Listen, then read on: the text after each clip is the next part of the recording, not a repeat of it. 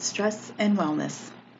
I chose this article this week from our text and a website, which is christianhealth.com. And I chose it because there's many different ways to deal with stress on a daily basis. And I'm also going to include a few of my own tips as well that help me with stress. The author of the article mentions that many of the relievers that the tips that she uses are actually free. First, I think we need to learn more about stress and how it actually affects our entire body. And stress is defined according to Webster's Dictionary online. One of the explanations is a physical, chemical, or emotional factor that causes bodily or mental tension and may be a factor in diseases. So I thought that was a perfect example of stress. The article actually goes on to say that there are several different tips that they give, and I just grabbed like 9 of them out of several. It says the power of positive thinking is one, because a lot of stress is caused by negative stimuli, which is oftentimes self-inflicted. Prayer, that one's free, of course. Give your concerns and cast them, give them to God. Find time to relax. Eat healthy and exercise, which we've been learning this over and over again, how everything affects the body. Find time to relax. Eat healthy and exercise. Find a social network and social support. Do something that's responsibility free. Just go out, have fun.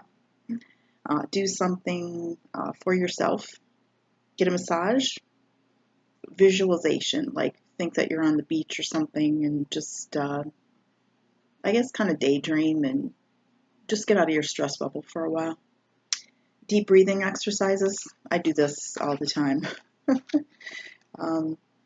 I chose this information for my clients because I know that everybody, including my clients, deal with stress in one way or another.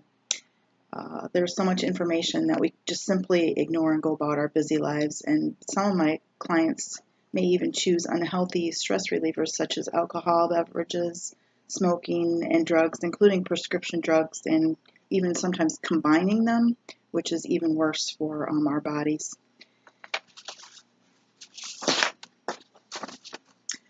Everything, of course, we know has a spiritual root, cause, and effect. There's good types of stress and there's bad types of stress, as we've learned. And we have to understand that a certain amount of stress in our lives is actually used to motivate and to perform and optimize our health and our well-being. Every one of my clients would benefit from this video on stress because our bodies all have behavior problems and ways of coping with stress. There are many common symptoms to watch out, including, I know so many people that have these things, and I always say that they're dehydrated because their jobs are just stressful, or the situations they're in are stressful. Headaches, migraines, feeling exhausted all the time, feelings of being lonely, tension in your neck and your shoulders, actually clenching your fists and your teeth and even grinding your teeth. More information can be found in our textbook on page 422. The entire chapter just has so much information. I could have gone on for a really long time. Many of the effects of stress are very harmful. And like I said, just watching my own children and friends and family, I can see the stress and even hear the stress like over the phone if I have a phone call. I want to add that like from an early age with my children, they were in blue ribbon schools, and basically they were pushed all the time with homework, excessive homework, and just pushing to get to that blue ribbon mark took a toll on them. They're really smart and very well motivated people now, but their immune systems like took a hit all the time. They would come home not only with germs, but just so stressed that I would say, you've done enough work at school, go outside and play and just be a kid for a while and relieve that stress, because it was just taking such a huge toll. By the time they got to middle school and high school, I mean, they were already at burnout. So as a parent and even a college student, you've got to be able to communicate and even talk to your teacher and say, I need some family time, I need some downtime. The work will get done if you give them, a time schedule and allot it, but they have to be able to have the balance at that young age, as well as, being in college as well. Let's see.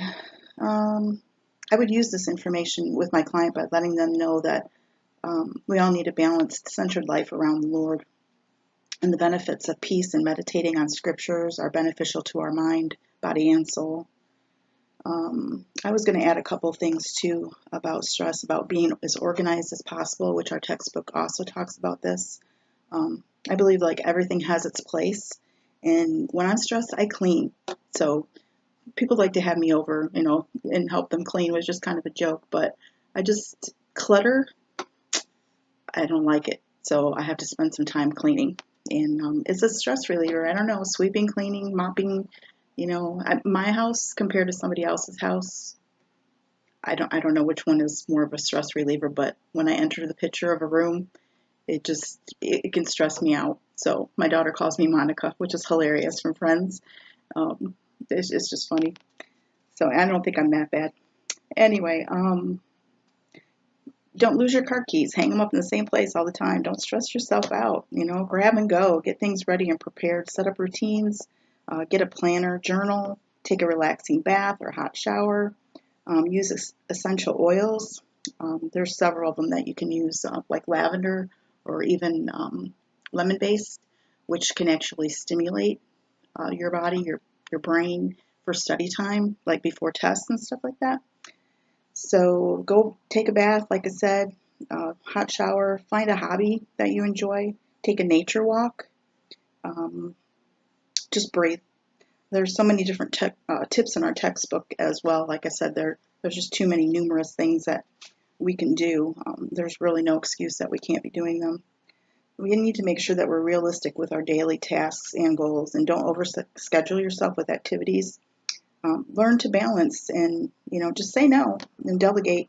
Don't be afraid to ask for help. I think that's a big one too.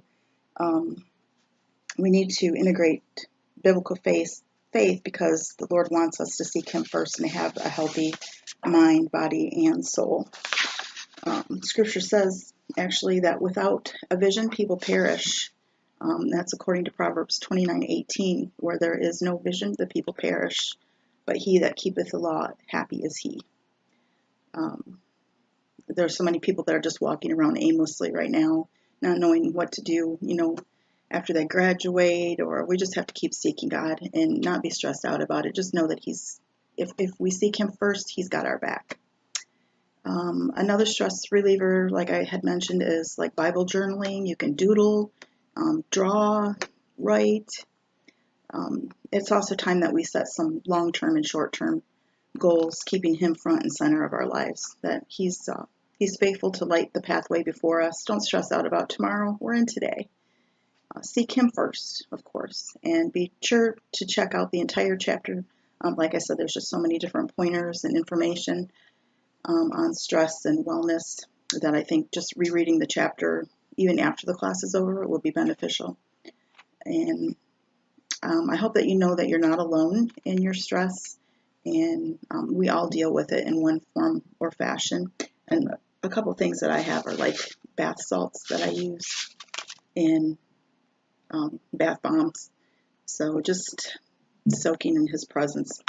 The references I used came from Webster's Dictionary, and also, like I said, the ChristianHealth.com, and our textbook, Lifetime Physical Fitness and Wellness, a Personalized Program. Anyway, I hope that you enjoyed my video, and God bless your week. Thank you for watching.